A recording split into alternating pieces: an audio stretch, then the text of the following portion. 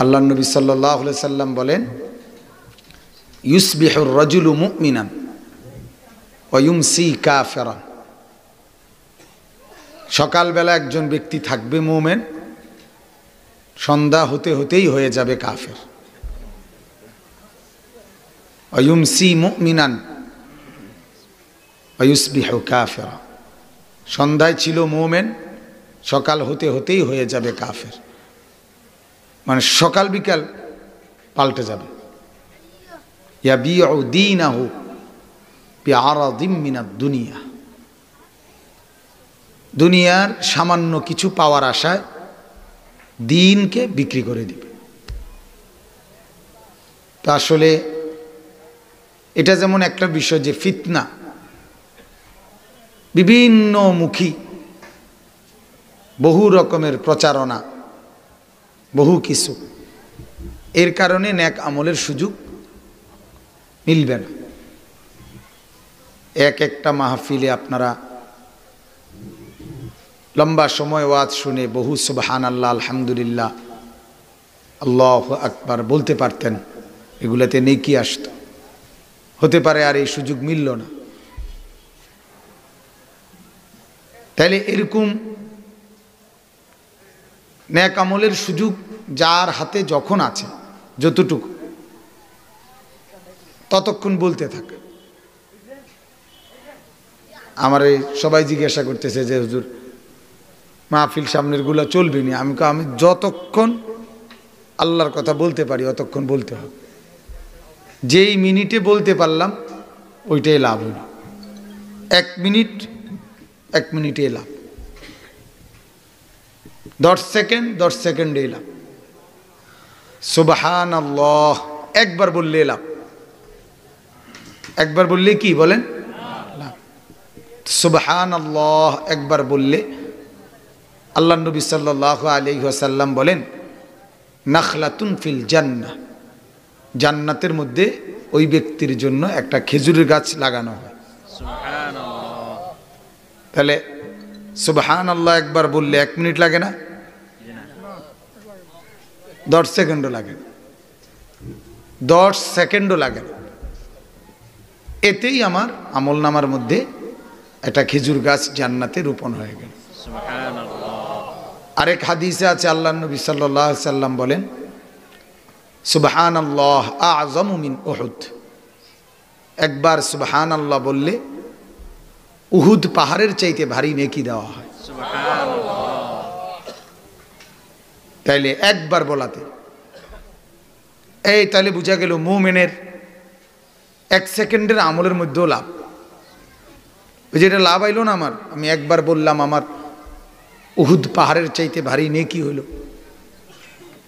তাহলে একবার 1 সেকেন্ড বলতে পারলো মুমিনের সেকেন্ডে সেকেন্ডে নেকি। যদি সে চিন্তা করে, কামাই করতে জানে, চালাক হয়, সে সেকেন্ডে সেকেন্ডে রোজগার করতে পারে, পলকে পলকে রোজগার করতে পারে। আল্লাহ তাআলা বলছে, বান্দা আমি তো এটাই চাইছিলাম, তোমরা তো বুঝলা না।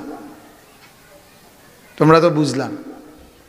আমাকে ডাকতে বলছি আমি, হাঁটতে হাঁটতে, চলতে চলতে, উঠতে উঠতে, বসতে বসতে, তোমরা গুরুত্বই দিলা না, এটা বুঝলাই না। এজন্য আমি বলতেছিলাম বাজান, আল্লাহর কথা বলা, আল্লাহর কথা শোনা, এইটার তৌফিক পাওয়া আল্লাহর পক্ষ থেকে, সুযোগ পাওয়া, এটাও অনেক বড় নেয়ামত। এজন্য আজকে যে বসতে পারছেন, এখন যে বসতে পারছেন, এখনই ফিকির করবেন যে আসলে নেক আমল কদ্দুর হয়েছে। ওয়াল তানজুর নাফসুম মা কদ্দামাত লিগাত।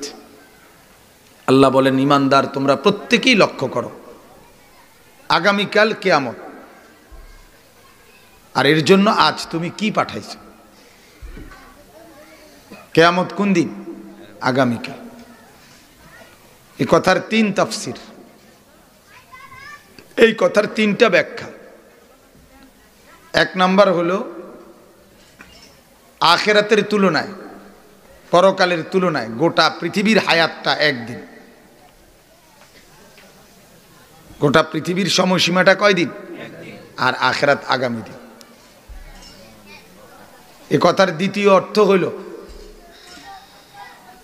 আজকের থেকে আগামী দিন, আজ আর আগামী দিন এটা যেমন কাছাকাছি, আমি এবং আখেরাত এমন কাছাকাছি, পরকাল এমন কাছাকাছি। তৃতীয় অর্থ হলো আজ যেহেতু বললাম তাহলে আগামীকাল আসবেই, তাহলে আগামীকাল যেমন নিশ্চিত, আজ বলাতে আগামীকাল কি নিশ্চিত, আখিরাতও এমন নিশ্চিত। এজন্য আল্লাহ তাআলা বলেন আখিরাত নিশ্চিত। আল্লাহ তাআলা বলেন আখিরাত খুব কাছাকাছি। আল্লাহ তাআলা বলেন আখিরাত অনেক লম্বা। অতএব তুমি সেটার জন্য কি করেছো, আজকে কি পাঠাইলা, এটা একটু খেয়াল করো। এজন্য আসলে মানসিকভাবে সব সময় পেরেশানিতে থাকি, অস্থিরতায় ভুগি, যে আসলেই জমিনের হালাত, মানুষের হালাত, পরিবেশ পরিস্থিতির হালাত সব দিকেই মনে হয় যেন চেষ্টা যে কিভাবে আল্লাহর কথা, কোরআনের কথা, আখিরাত আর পরকালের কথা কম হয়। অধিকাংশ মানুষের চেষ্টাই মনে হয় যেন এটাই। এই জন্য বলতেছি আসলে আল্লাহর কথা বলার পরিবেশ শেষ পর্যন্ত কয়দিন থাকে বলা যায় না।